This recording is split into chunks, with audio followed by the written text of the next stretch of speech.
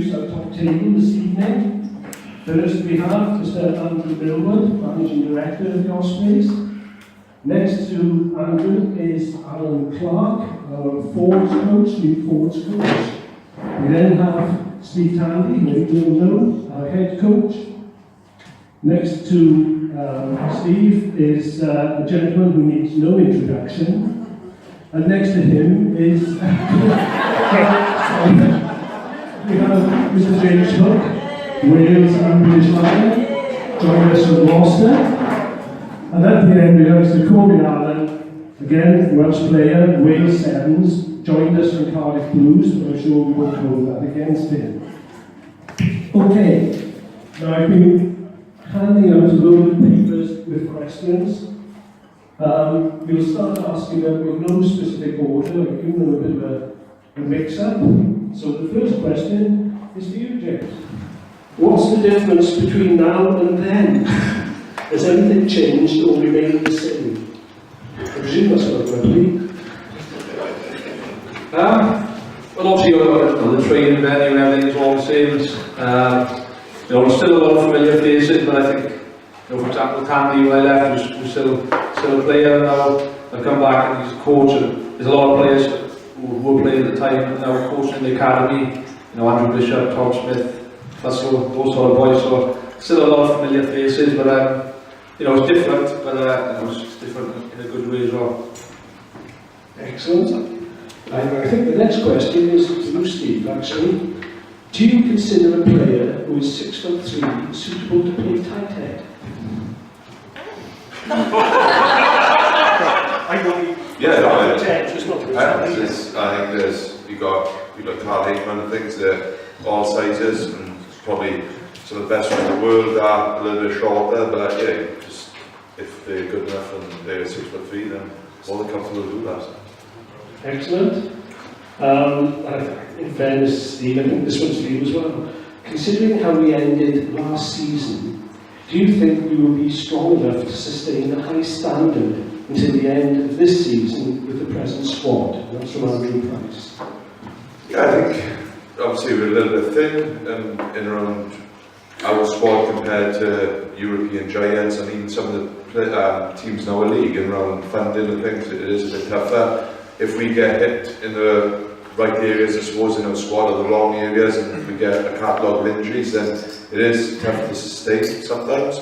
But we were heavily reliant on a lot of young guys, in particular through the Auckland Six Nations. But again, it was a couple of factors at the back end of the season, but the group for the majority of the season were outstanding, and the way they developed and some of the rugby they did play. Unfortunately, towards the back end of the year, didn't quite work out through, like I say, a different couple of reasons. But a squad, we're going to have to be a little bit lucky, I suppose, in some aspects, and going to manage people correctly, dependent on how many international call-ups we get, and things like that. So there's a lot to take into consideration, but we're hopeful, really positive going into the new season, and we're definitely keen to build on last year. Excellent. Lost it.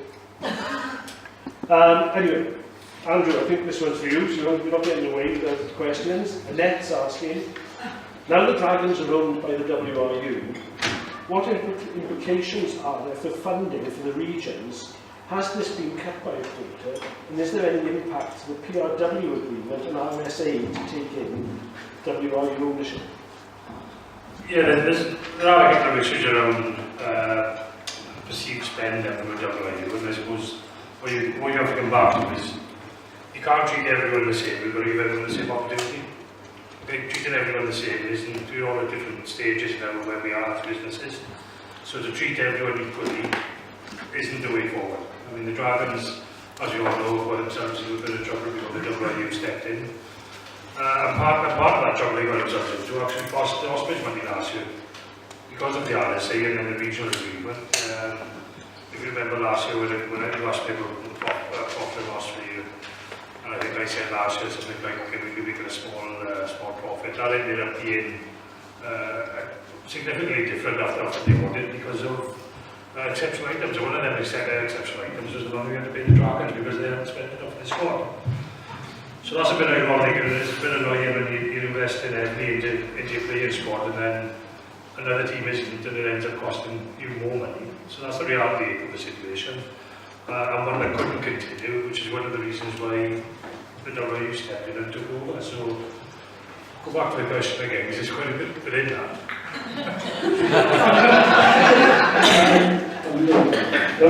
Has this been capped by the court? And is there any impact on the PRW agreement and our SA to take in I think I've talked about the PRW part of that, the extra funding. Certainly there's no less money coming in because of the WU taking on the Dragons. And even bigger than that, we're doing a lot of work at the moment, a lot of work with Andy Phillips on how we get more money into the game. We've just seen from the TV deals now, we're looking to increase revenue there. What else can we get revenue? The development pathway is such a huge part of the game in Wales. It's so important because we never would be in a position to be bringing in top and international players anymore because of the Charles Pietro going to Bristol for the next 7-5. It's not going to happen. So we've got to work with the WU, and the word we're using there, we're not dependent, is interdependent with the union, because Welsh Rugby is, unless we all work together and pull together on that front, we haven't got a bright future. So it's a case of working together to see where we can get extra revenue, which comes through, not just for the first team, but the first team. Of course, we are out there with the businesses rugby, and the majority of money will go towards the squad, but it's about the business as a whole anyway. There's a follow-up question to that, really, on the same subject, really. Do you have any concerns that there will be focus in the Dragons and Fifth Region being RGC by the WRU? I don't have any concerns because I genuinely think we did it together. So from that end, as long as we're all transparent about what's been spent or invested in the Dragons, and like I said, I'm not expecting to be treated the same, but I want the same opportunity for the Ospreys. So, does that? Do you see a time when there'll be a Fifth Region? No, I don't see a Fifth Region. I see North Wales massively important from a strategic point of view. Just on population size, we're not going to change South Wales anytime soon, so we've got a million of people up there that we need to tap into just for a player resource. I don't see that when we have fight with professional entities, no. Since your arrival, what elements of forwards play have you really had to work on? In your opinion, what were the weaknesses that needed instant improvement? And obviously that's a fairly simple question. I'm here because of Steve and the other coaches and the environment, but specifically to work on scrum and line-out and to ensure that we're producing good quality ball to launch our attacks from, ensure that we're working with younger players and building a sustainable future in terms of player development and players coming through in the front row and throughout the scrum. And add to that the line-out as well. So Steve's had a good look at things from last season, and we've prioritised that as an area. We believe we're building that culture at the moment, and really getting a tremendous response from the boys. Excellent. So you're hopeful now for the season that we're going to start with the band? Yeah, I think we've got to build our way into it. And when you look at many blocks within the season, the first competitive game, on the back of what we produced in our ball last week, it's given us confidence, and you want to try and build that confidence. And we'll be tested well over the next number of weeks. Zebra, if they've got anything that's a strength, certainly one of those elements of their games, their set piece, their scrum and line-out. You have to look at their stats from last year. You follow that with Glasgow away and Munster at home. So we'll know more about ourselves. But the challenge is that we're working hard. You can't ask any more from the player group at the moment. But we want to translate that improvements that we're seeing in training into consistency on the field. Thank you. Some sensible Stevenson, aged 11, would ask our players, if you weren't playing for the Ospreys, which other club team would you like to play for? Come on, Cory, boy. Oh, that's a tough question. There's no one. I'd probably say one of the New Zealand Super Rugby teams, just for the way they play, the amount of running rugby they do, the amount of tries they score, and you know you get to play with some of the best players in the world down there. So I'd probably say one of those teams. Hurricanes, I reckon they play the most running rugby, so I'd probably go there. I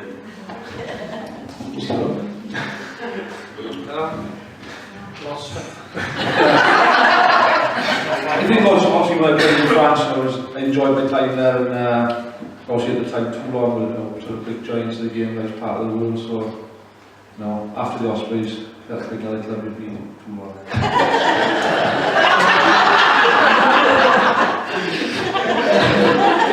So this is the family of players.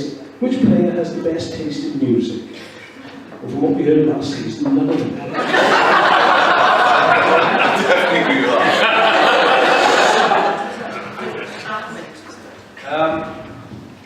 Ashley Beck put a playlist on the gym the other day, and it was shocking. So it's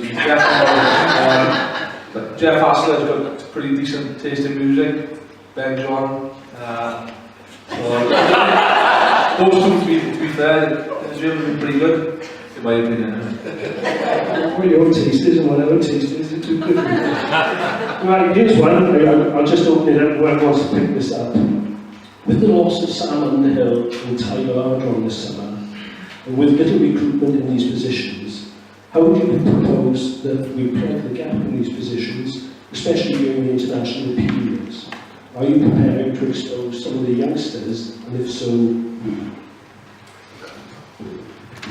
Yeah, obviously losing Tyler and Sam, big losses for different reasons. Again, there is sort of financial constraints in how we put a squad together. We're always looking. We brought Sam Cross in. He's been training with us for a couple of days, but we've been looking at him for a period of time. We are looking for another 7 to back up. Clarke has done really well over the summer. We're young Will Jones. It was a shame to see Josh Cole pull out in the warm-up against Bath, tweak his hamstring.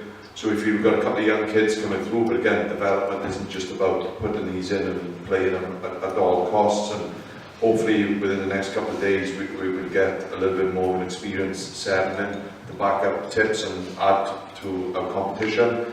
And it's making sure you get the right fit. I think we all want players in, and obviously Sam and Tyler played huge parts for us over the last couple of seasons, but I think the moves for Tyler in different reasons, and Sam obviously choosing to play from England, that was only a matter of time before we went back, and something I think we've done really well in recruitment wise, and getting Sam in as such a young kid, still only a young man now, but it was good business, you know, what we did with Sam, but it's trying to find now someone to fill that hole, but also having a trust in our development with the likes of Will Jones and Josh Cole coming through.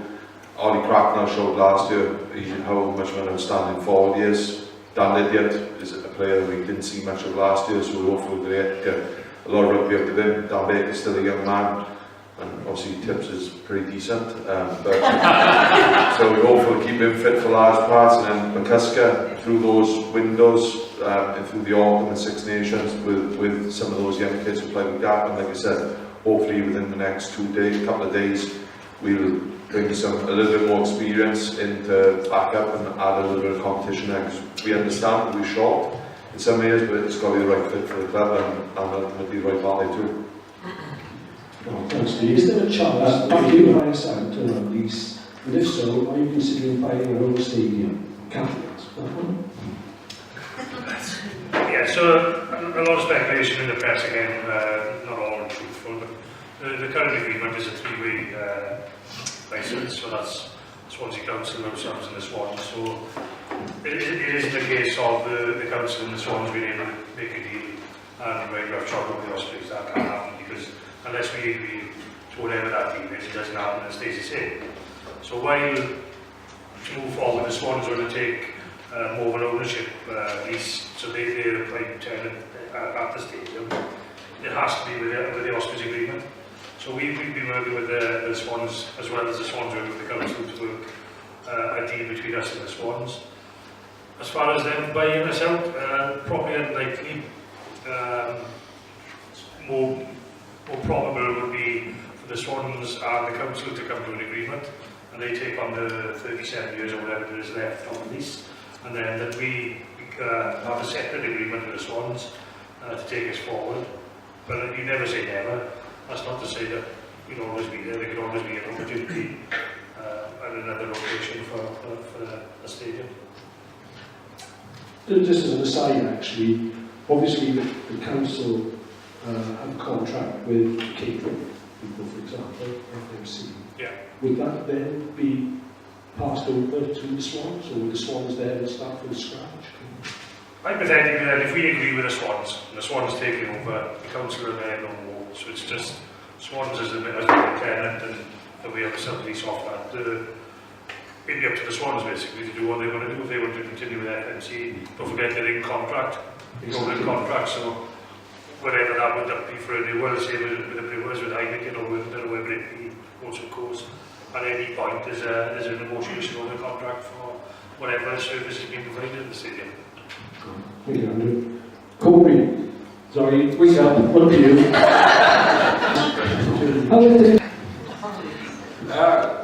I've been asked this a few times, and rugby's rugby wherever you go, and it's not that much that's really different. Obviously you've got the structures and the way you play is slightly different everywhere, and obviously the coaches and the boys, but as far as different, there's nothing that really I put my finger on and say, right, that's that much different. But yeah, I've been enjoying the changes, but the main thing would be the brand of rugby that they're trying to play out here. I feel it suits me a lot better. It's a lot more open this year. We're trying to run the ball around a bit more. So if I had to say something, I'd say probably the brand of rugby. But yeah, like I said, wherever you go, it's going to be pretty similar rugby-wise. Better kick down here. One for the coaches. What threats will the Cheetahs and Southern Kings bring to the Pro 14? I think when you look at those sides and the depth of squads that they have, I know they've lost a few players, both the teams. They're coming off the back of being together for a number of weeks competitively. They've got a huge amount of experience physically up front. You know you're going to be challenged by South African sides, so we've got to get our building blocks in place. I think the Cheetahs in particular have tried to play expansive rugby, and as a result of that, they've got threats all over the field, so we're going to have to counter that with being tidy when we have the ball. And you know, a massive threat as well is the unknown.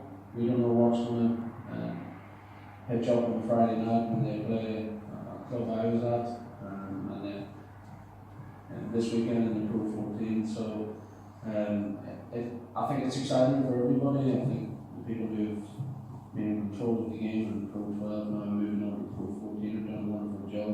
But for us as coaches, we're really interested in the next couple of weeks in seeing what they deliver, and that will give us something to analyse because we play over there pretty soon. So it's exciting for everybody, but there's a little bit of an unknown. Here is a question I could have written myself, which again, Andrew, goes back to the earlier question about the stadium.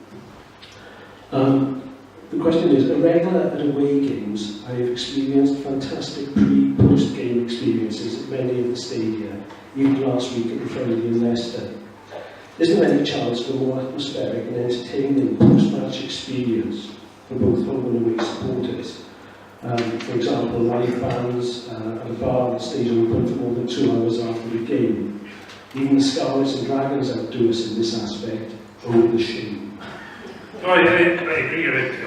From my experiences of playing rugby for the period I have, is a lot of places I've been, I see what other places can do, like Exeter and Harlequins, to name a couple, but I suppose the issue comes back down to the catering contract at the stadium dictates what goes on. Who Warren started as commercial manager is looking at the match experience. We just had a big review done by a company called Two Circles, which takes into the whole experience, and that did come out about how do we improve pre-match, post-match activity and that experience. So it's something we are looking at. But when it comes to putting promotions on or opening up under the stand, we're limited a lot by what we can do as far as what offers we can put on or not, and what prices people are charging for food and drink, which adds to that significantly. People are only going to want to stay if it's value for money, there's entertainment on, and a lot of the time that's out of our hands. So it isn't something we've just brushed aside, it is something we're looking at closely. We need to decide how we take that forward, so yeah, it's on our mind. I think I speak for all supporters that, you know, when you say Q1 has been had, the supporters themselves were approached to have their views on certain matters, you know, which may or may not come to fruition. But I think it'd be nice if we did have a chance to put our points on it, rather than other companies. That can be done quite easily, but the survey, 2 surveys did, was on the general public, so it may not have been specifically a supporters club, which we need to consider as well.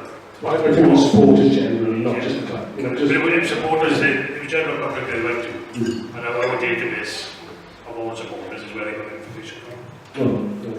didn't actually. At this stage, I think I will hand over the questions to my father.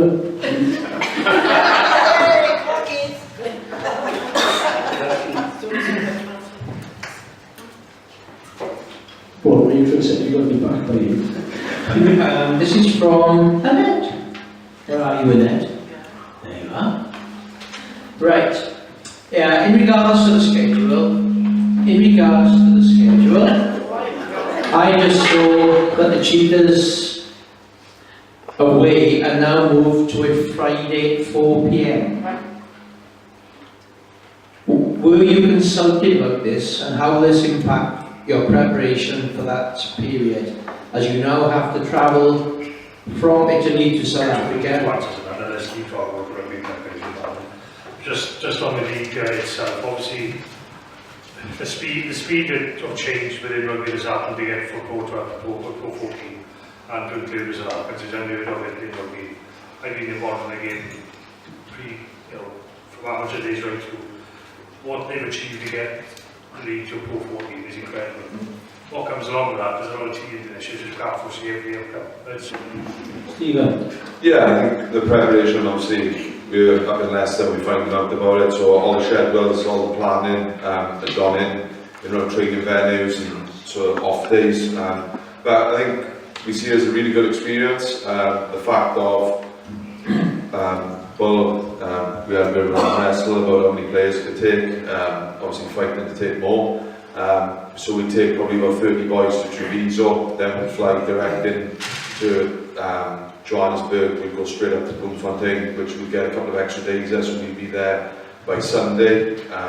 And then we'll have a good little camp, so we'll be reintegrating the boys like Allan, Wynne, Biggs, Webby. We're hopeful those boys will come and lead us into obviously be involved in the Cheetahs then. I think even though it's a little bit awkward, it allows us to get home a day earlier, because if we played the Saturday, we wouldn't be probably arriving back home till around the Tuesday, so then we'd have limited prep going into the Scarlets. But that's why we're going to take a few more boys so we can get a lot of work done out in South Africa. It'd be great for the boys to be together, like a mini camp going into the Scarlets, and also then going into Europe, which is pretty exciting. So our prep, it is what it is. We can moan about a couple of things, but I think we've got to see the opportunity of getting some sun, which we can always see in Wales, and experiencing 30 boys and the staff being together for an extended period of time, which we don't get normally. It's normally fly in, fly back out. So yeah, we've got to embrace the opportunity to spend time and also working on skills and see if there's a real positive coming back to the Scarlets and getting to Europe. Opportunity for the team builders in this. Is it a lack of fitness, or perhaps too much rugby being played?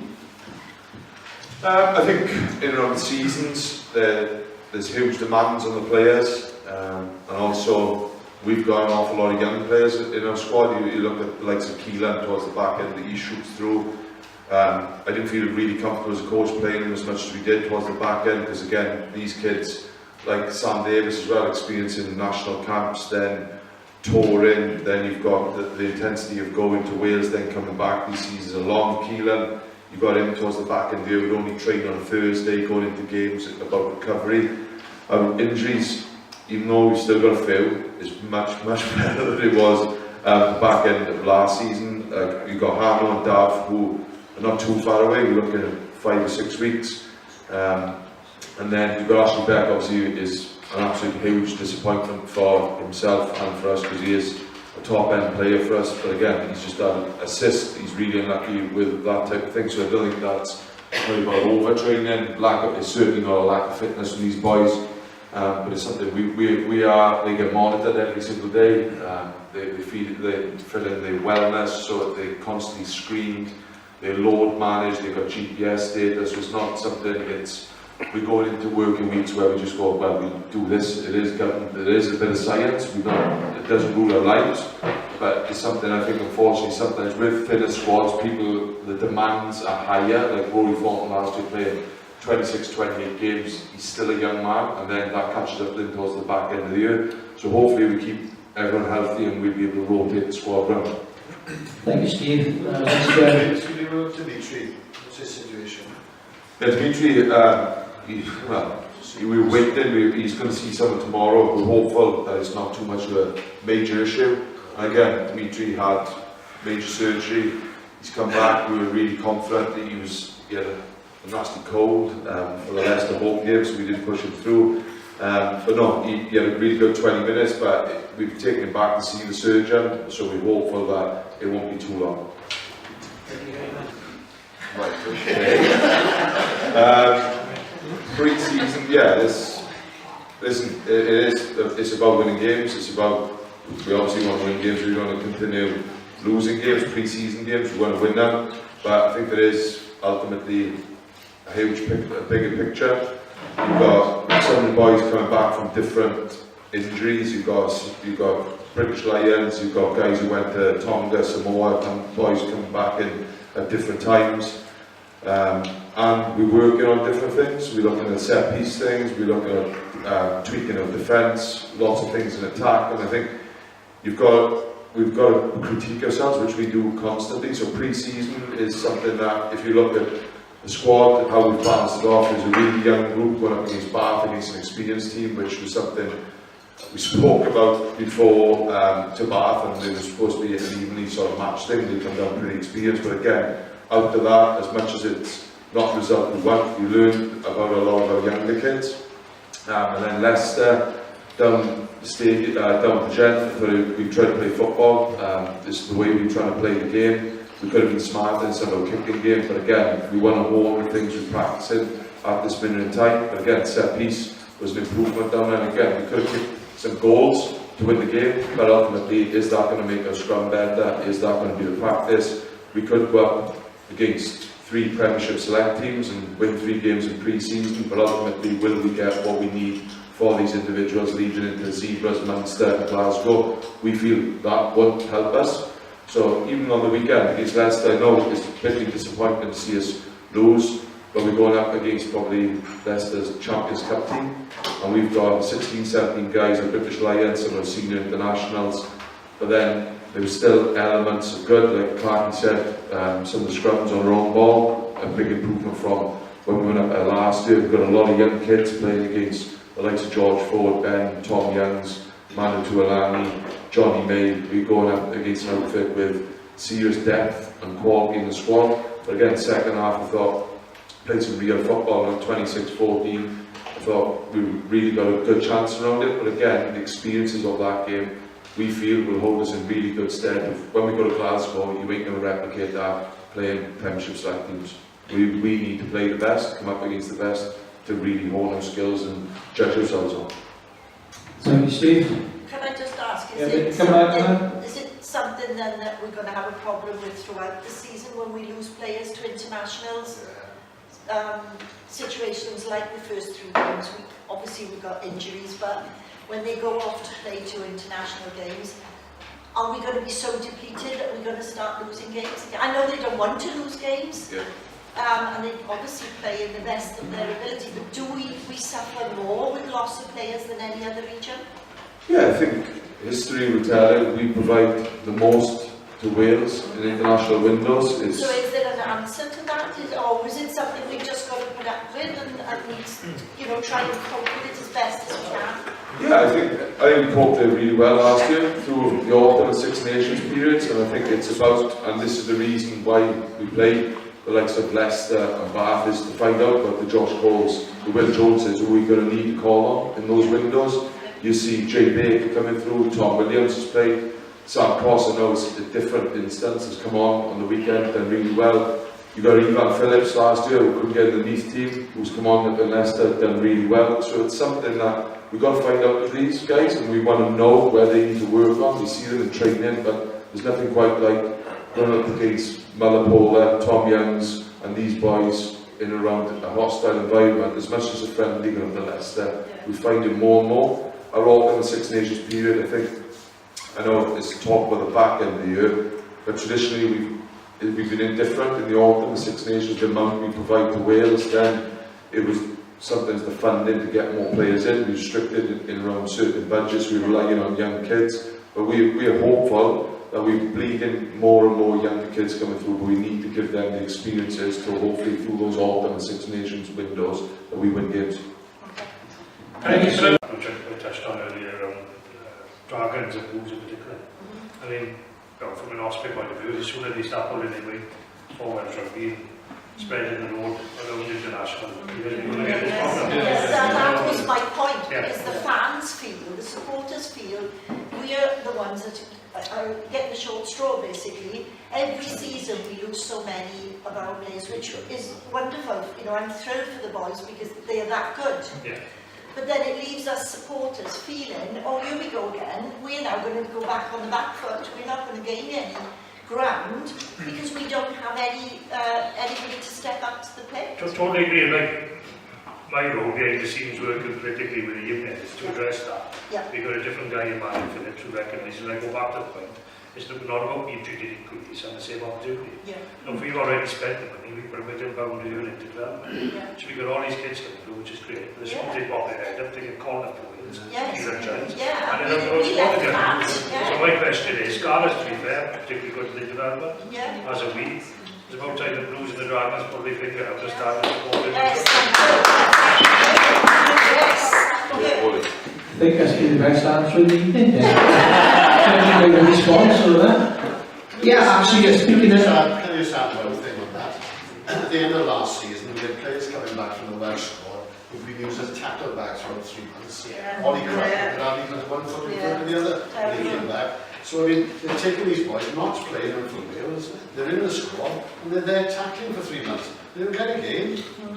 Yeah, I think there's, listen, I moan about it, I can tell it's just wrong. I feel the same as you guys, you know, depletion, it's not something, but it is what it is. We're not going to, like us coaches, I ain't going to feel sorry for myself, and No. like as players, I'm not going to put that on young kids because I believe in them, and at the end of the day, these guys have done unbelievable, you know, the Autumn and Six Nations for us, and I think Bull can not moan, but actually critique it behind the scenes. I'll moan to him to moan about things, but it is difficult. Ollie Clarke, but these guys are playing well, and I think there is adaptation as well. Like Hookie will tell you, going from a regional environment to the way Wales see it, in around the intensity will go up the standard right across the board. So there's definitely a different balance, and I think it's easy to say when they go there hold tackle pads.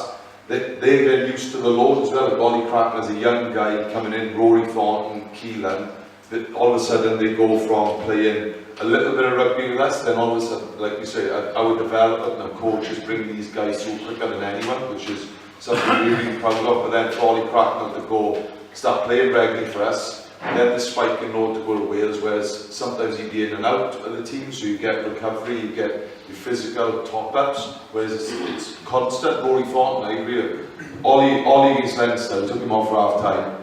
And it's brutal to take a young kid off at half-time and you look at him and he's gone. Normally, if you're a player, you're disgusting with yourself, and it wasn't nothing to do with Ollie when he played, but he had nothing left in his legs. And I think that's exactly, and that's where Rory Thornton, these guys, and when you get a couple of injuries, then you get a lot of senior call-ups. It takes its toll on young men, like Keelan, like I said last year. It's awful to see, but then you've got Tom Applefield playing on the wing, whereas we've got to adapt, and I think it's as brutal it is and how hard it is, but we're not going to feel sorry for ourselves. We've got to just go and find the next kid, and as much as it is something that we feel is tough for us a little bit, but I think being an Osprey and what we stand for is about trying to find a way, and as much as losing the semi-final to Munster, I was still really proud of the guys and how they battled, how a lot of those young guys got to those windows, and even the young kids in the Challenge Cup, how they set up the likes of Adam Beard come through. We've got to find the next one, and that's something that I think, I know I repeat myself, is as Ospreys we find a way, and that's something, it's no matter whether we're going to fund it, whether we lose a lot of players, Six Nations, we have to find a way to win games through those periods. Right, similar sort of question from Nick again.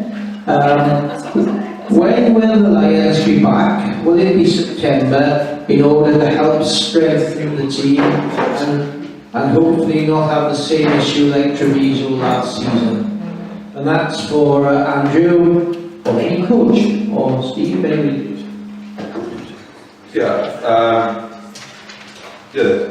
The Lions boys will be integrated back. You've got Webby and Biggs. Webby's got a bit of a groin issue coming back from the Lions, so we're integrating him back in up to speed, and hopefully he'll be thereabouts to come to Treviso with us and hopefully partake in the Cheetahs game and be involved in obviously the Scarlets in Europe.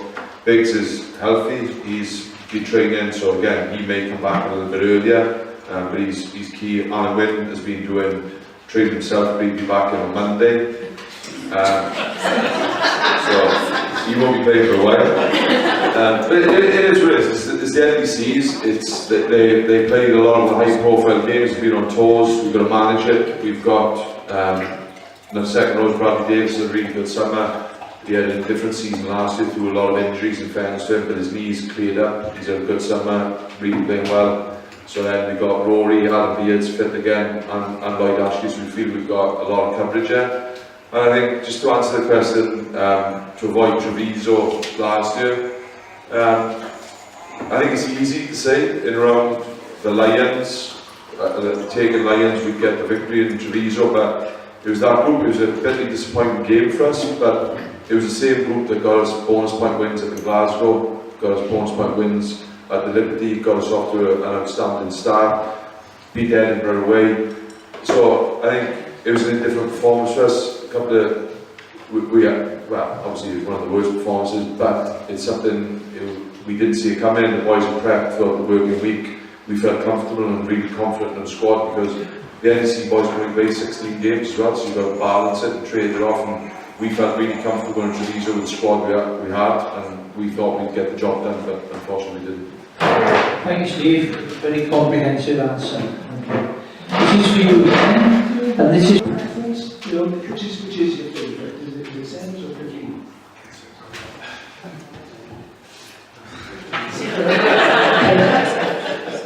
Growing up, it's always been Sevens. I've always in my school we had about 10 good players, so we were never very good at 15s. We were always very good at sevens. Probably where my initial enjoyment of it come from. So we always could compete at sevens, and I just find with sevens, there's a lot more room out there, so you get to showcase your talents a lot more. You get the ball in your hand a lot more when you do 15s, and like you said, the exotic places you go, you never played in the rain. So if I take a game of sevens in Dubai or a rainy 15s game down the Dragons ground, I'd take a sevens every time. Do you think the sevens has helped you improve on 15s or vice versa? No, I think the sevens has helped my 15s games massively. I think it's one of the best platforms you can go on as a youngster. Any youngster comes and asks me about it, I'd say take it with both hands, because it was the time of my life when I was on the sevens, when I was a 19-year-old playing out in all these countries and playing on TV for the first time. You get exposed to rugby at another level that you haven't experienced, and I think it's the best platform especially for backs. And sevens, if they get a chance to go on as a 19-year-old, I'd say that I definitely recommend it, and they'd never regret it. Maybe late sevens ones, go to the Lumbles and the Hill Park sevens, they threw up. Anyway, enough of that. We'll have a 10-minute break now, so you can recharge your glasses. And what we'll do then, we've got a few more questions, but we'll come round with the mic, and you can have your moment in Rory and ask your own question.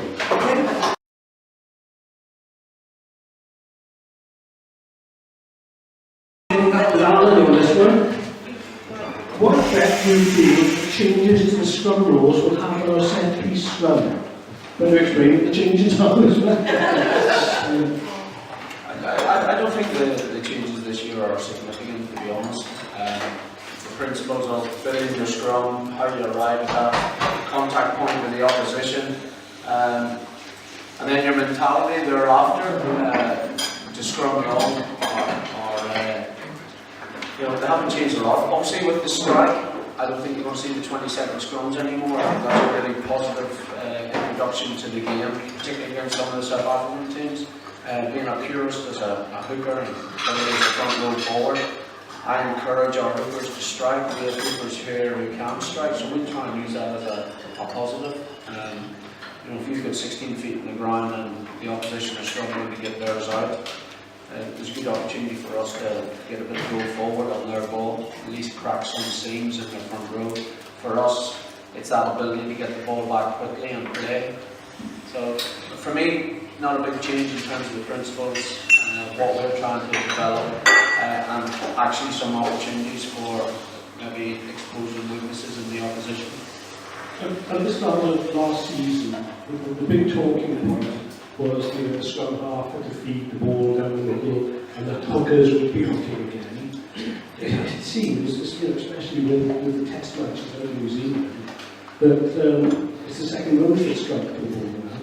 Yeah, Has it just, referees just not bogging in it? not to get too bogged down in it, but I think you are going to see that the hooker now has to strike. You know, for clarity, last year we would have been saying to the scrum half, put the ball in right or centre. Now the scrum half is going to stand slightly to his right hand side and therefore put the ball in straight. But you know, in terms of the spectacle in the game, nobody wants to see collapse scrums, nobody wants to see reset scrums. Even as a scrum coach, it bores me to tears. You know, so we want to grow the brand of rugby. We don't want it to become rugby league. We want to keep it for all shapes and sizes, particularly in a country that has a similar population to Ireland. But you know, in terms of the spectacle in the game, nobody wants to see collapse scrums. Nobody wants to see reset scrums. Even as a scrum coach, it bores me to tears. You know, so we want to grow the brand of rugby. We don't want it to become rugby league. We want to keep it for all shapes and sizes, particularly in a country that has a similar population to Ireland, and not deselect a number of individuals who probably wouldn't be playing in the back line with Cory and Hoogie. So it's a game for all shapes and sizes, Bully and I included in the past. But looking to the future, on our scrum, we believe we've got the right mentality here. It's just about connecting all the dots and getting people working together. And you know, to finish on this, the scrum for me is like throwing a punch or a handshake. You know, you tighten your grip before you throw that punch, or before you shake hands with somebody, and you build tension throughout. And if we can grow that as a culture here, we'll be in a good place. Excellent. Here's one now for the two coaches and the two players. Two questions which gel into one really. From the coach's point of view, particularly Steve, what would you consider to be a successful season this year? And from the players' point of view, do you have any particular goals for this season? You go first. Cory, not going to go yet. No, in-house, and we know what we want to be. We want to build on last year, and obviously we got the semis last year, so we definitely want to build on it. We want to be back in around those big games. We preferred the home one last year, we didn't get it, but it's something that we've got to build a performance to get back to those knockout stages. That's where we all want to be. That's what supporters, the players, and as coaches, that's where we want to be. So it's something that's definitely a real aim for us. Very point of view, your goals for the season? One of the reasons I left the Blues and come to Ospreys was because I was sick of finishing mid-table and competing in the lower tier of Europe. So I've come here hopefully to compete for trophies and try and win trophies. So that's what I'm looking forward to, playing in the top tier of Europe, playing against the best teams, and then in the league trying to go for that trophy. So that's my goal. Well, you ruined that question, because I was supposed to ask you that one. What about you? I think it's similar for most players. Like, you will obviously play against the starting lineup and things first and foremost. But I think, especially a team like the Ospreys, we've got great deal of depth in the squad, and the talent there you should be competing for winning the league and winning the cup. So since I've been away 6 years, I've won Challenge Cup, and I think like you say, we want to be winning and competing at the top every single year, and that's one of the reasons as well I've come back, and because I know the squad can certainly do that. As you're getting a bit older and wiser, do you have a favourite position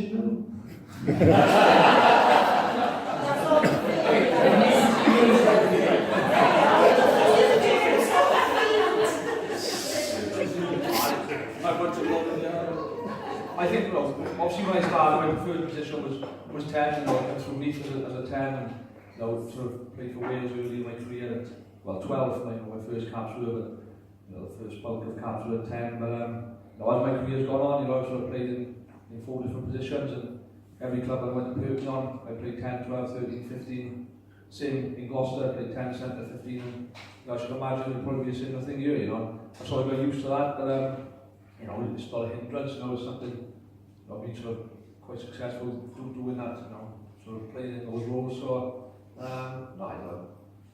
To answer your question, I don't know what my position is. What position in the back row do you see Sam Cross playing?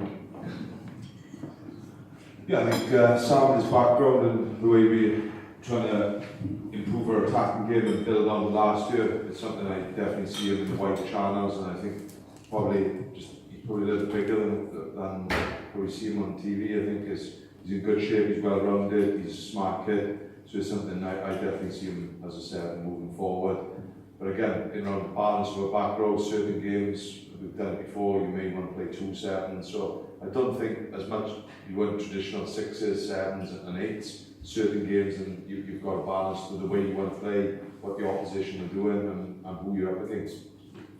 And of course impact off the bench. Yeah, it is getting more and more a 23-man game. It's something that, again, the game you're playing in, what's your mindset on the game, what are your outcomes, what do you need to be? Is it about trying to blow people off the park, run off the park, then you're going to need your 23. Any given day then, is it international windows? Around the senior end of the game, do you want 6-2s, do you want 5-3 splits on the bench? And again, all those conundrums go into consideration, don't always get it right, but ultimately there is sort of no stone unturned in regard to any position, any opposition or any given week. So the WRU coaches, has the relationship improved since he who must not be named in the picture but disappeared from the scene?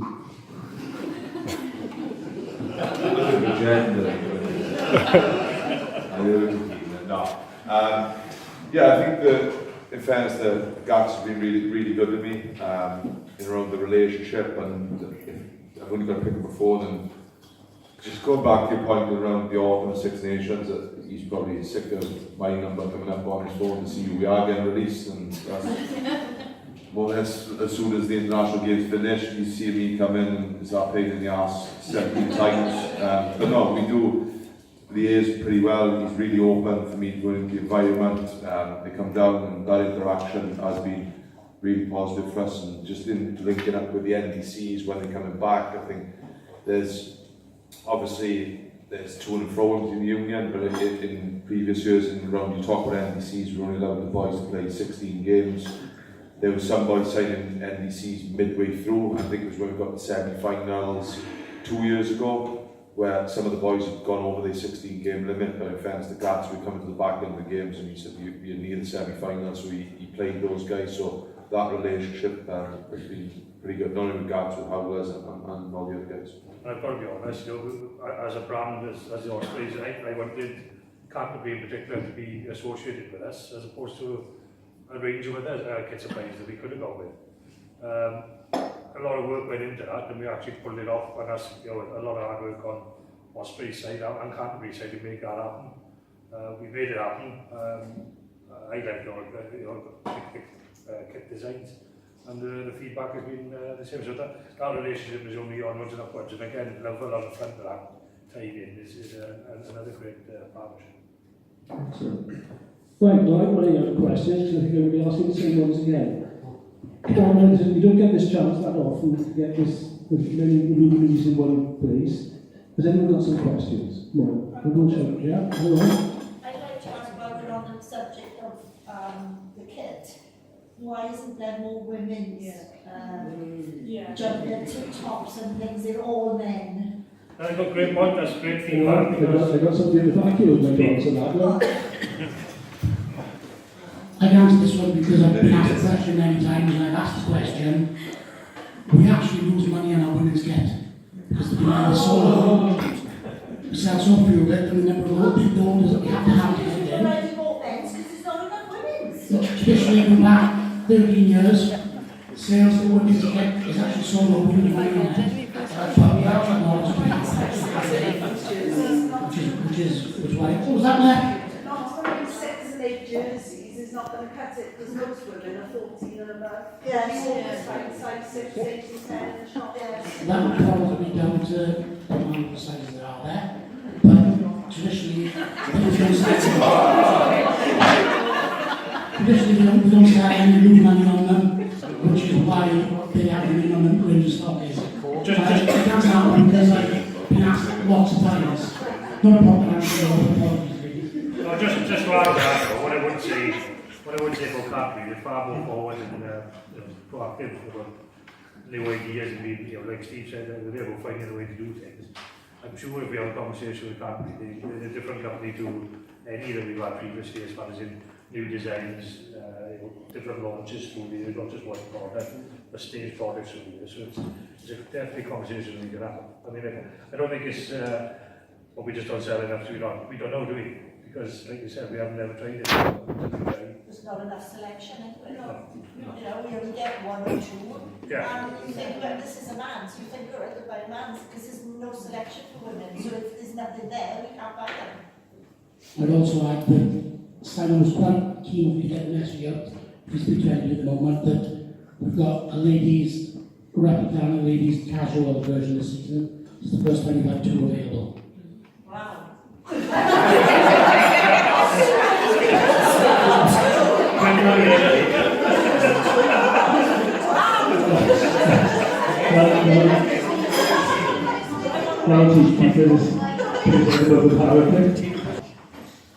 How much influence, if any, has the WRU got on our coaching setup and system? Nothing really. It's something like that you can go and speak to people, they come into our environment, in fairness they're willing to share, but we've got our own way we want to do things, the way we want to play, the way we see how to develop an arm, also our B, our C group, our senior team. So it's just, yeah, in fairness, it's just down to how we see the game run. Is there a national plan as the way we play rugby? In other words, the national team and the regional teams want to play the same game, or we play a different game to the national team? I think there's definite differences. I think there's been working parties in the fact of where we feel as a nation we need to improve.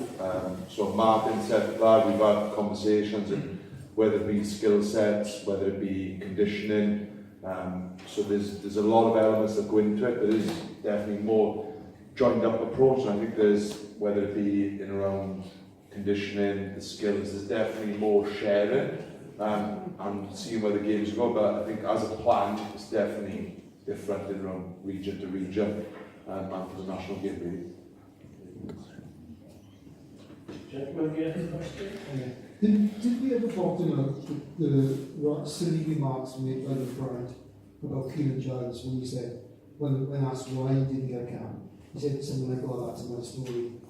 Did we bottom that out, or is it a little bit too diplomatic to answer? No, generally I've spoken to Marcus and Keelan, there's no issue. I don't think something's been made bigger than what it is, and like the remarks that are made, but there's definitely no underhand or there's nothing to hide around Keelan. And Keelan, like I said earlier, went into camp pretty fatigued, couldn't train like he probably wanted to, in the fact of the number of sessions he wanted to do. So somebody went in very, very fatigued, he was only doing sort of limited training with us and going back in, so probably that may have something to do with it, but there is no sort of underlying issue with Keelan, most definitely. Well, now we're in the last couple of minutes, so perhaps I can ask Steve this question. Our own crowds are only about 5, 6, 7,000 in the ground, and over 19,000. What can we do to improve the attendances, if anything? You're asking me, are you? No, that's fine. I mean, I link it back to, yeah, we know it's a big stadium to fill, ideally. If you ask me if I had to start from scratch, I'd probably go for a 12 see the stadium, to be honest. I mean, linking back to pre-regional rugby, the crowds were anywhere near where we are now as an average. So we've improved from where, say, Leith, Swansea kind of days were. That said, it's not accepting where we are. We continually looking, and like I said, I go back to that, two circles, which is a national kind of plan to look at season tickets, match by match, and change our strategy to work towards that. I mean, 20,000 to fill on a regular basis is a tough ask. So we start in with one, we look at a Scarlets game on, say, Boxing Day, and we target that to sell out. The next step, we should be just making 2 games, which is something, there's a different way of working it that if people come and enjoy the experience, don't target the next game, which is what we do. So should we be saying, then instead of coming in 2 months' time, let's target that. So it's definitely on the strategy about what games you target to get more support. And you guys are hardcore and you come because you just love the game. A lot of people are coming out because they like a day out an event. So they're not hardcore rugby supporters. They just want to enjoy the day. Yeah, you can always tell people not supporters if you spend after much and the bloody feet up and down, up and down, up and down. And the chips and the sandwiches and the pop and the rest. The target audience for us isn't like, we can't just rely on the hardcore rugby fan. Like I said, people are careful what they spend their money on. They want a day out, they want a good time, they want to enjoy what they see, and that can be any number of things on offer in today's society. So like I said, if somebody comes who isn't a hardcore rugby fan, that experience needs to be good enough to make them want to come back. Yeah. So if they do it the once to get them on Scarlets, because we know perhaps 60% of people who come on Scarlets so they don't come again in the season. We know that from the data. So if we can target them and say, and don't get me wrong, don't come and see Corner, right? But then they'll come back and see Leinster or a Munster towards the tail end of the season when you've got a good, we're on a run in the league, the atmosphere is good, you get a different experience. Maybe they make it a 3rd game and you build attendance that way. So it's a different way of looking at it because historically we just look to the next game and the game target. You're here today, come next week. So we've taken advice on that from a company like Two Circles about how we target the year and set different benchmarks for different years. 9.5 feet? In the bottom half, yeah. Have you considered sort of staggering the prices so that you charge a premium price for, say, Munster or Leinster, but a lesser price for Zebra or for, or Connaught, which isn't attractive? Same place for this year. Yeah. There's a couple of strategies, and the other part you might have seen is there's a far more emphasis on an early bird ticket for, not like early bird of the season tickets, but there's a match by match early bird. There's category A and category B, which addresses that kind of issue. By early, you get the best price, and the price goes up the closer you get to the game. So there's a number of things, if you look at the detail on that, the stuff that comes out on social media, that is trying to address that. Do you have much say in the times and the dates of the matches? Well, believe it or not, Zebra coming up is the first time date. Have we been able to do that? 2 years. In 2 years? Yeah, going back to like what point I made earlier about broadcasters and every game being on television, we dictated to 99% of the time. So the fact that we've got the choice of the first game is mainly because it's not televised. Yeah. The feedback we had from, I don't know, a lot of the people at home say, well, I wasn't asked, but the survey was done on Ospreys supporters, and the time they come back was 2:30 Saturday afternoon, which I was surprised at because I thought Friday evening might have been a preference, but the majority of people say 2:30 Saturday afternoon is the preferred time, which is why we've gone with that for Zebra. That's when we always used to play rugby. Yeah. Because that was true on Saturday. But you get the club supporters then who say, well, I can't go watch my club and then come to the Ospreys. So it's one of them tough ones. You've got to. Yeah, but then they're not true supporters. Well, you've got to go with the majority of that then, I mean, which is why 2:30 on a Saturday is the best. 20,000 then every week. 5,000 of them probably would go to rugby if they were in the 3rd division or the 2nd division. Yeah. And they just go to football every week. It's something you just get used to, from ex-player point of view, I used to love Aberystwyth Saturday afternoon. It was what I grew up on, but then as soon as the game went pro on TV, it started defeating. But then it hit the PS because it puts the money in, and you do what you're told. I mean, we'd all like to play Aberystwyth on a Saturday, I think, if we hadn't given the choice. Yeah? Could I just say the lady said that not being true supporters, but I will be honest, I follow Swansea, the Whites, and I follow the Ospreys, and I got season tickets for both. And it is difficult then when, like you say on the side, you're not going to please everybody, I appreciate that.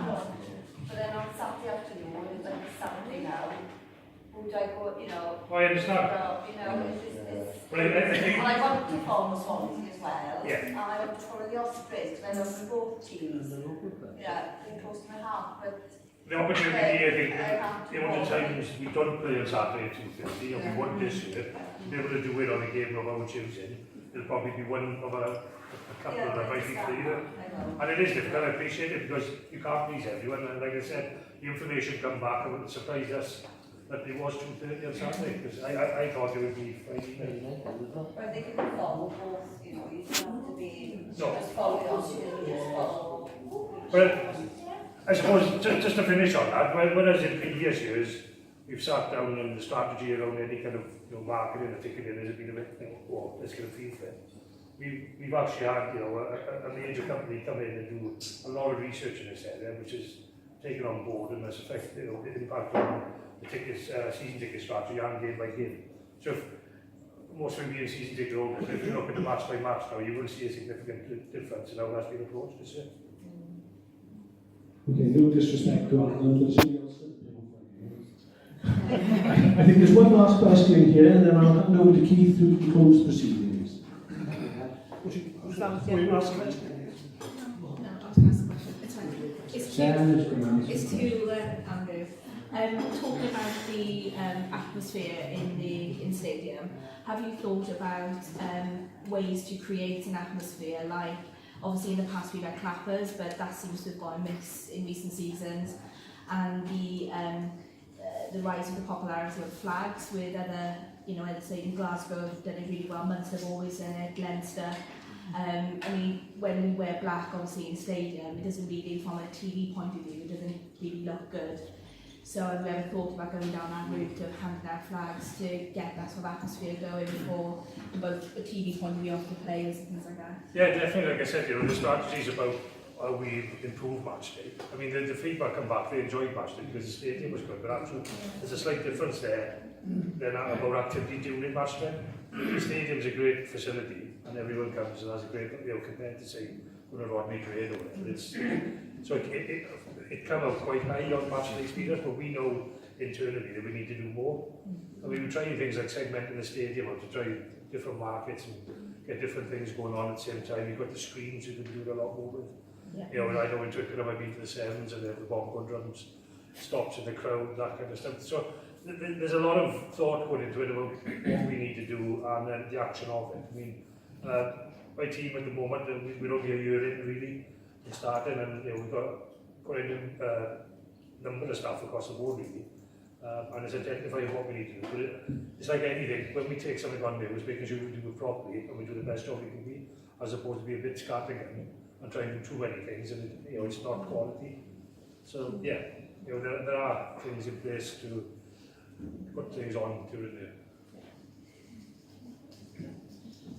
Well, ni wedi gyrraedd y diwedd, diolch yn fawr iawn. Offer i ddweud diolch yn fawr I bawb sydd wedi dod heno.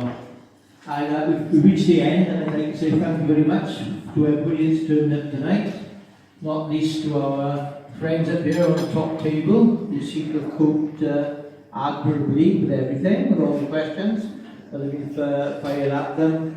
And a big thank you to Helen and her colleague behind the bar for keeping us refreshed throughout the evening and for providing the nibbles. And thank you to you all for turning up, and I hope to see you all there on Saturday when we kick off another season, I'm sure with a great result for the Ospreys. Diolch yn fawr iawn yn nos da. Thank you very much.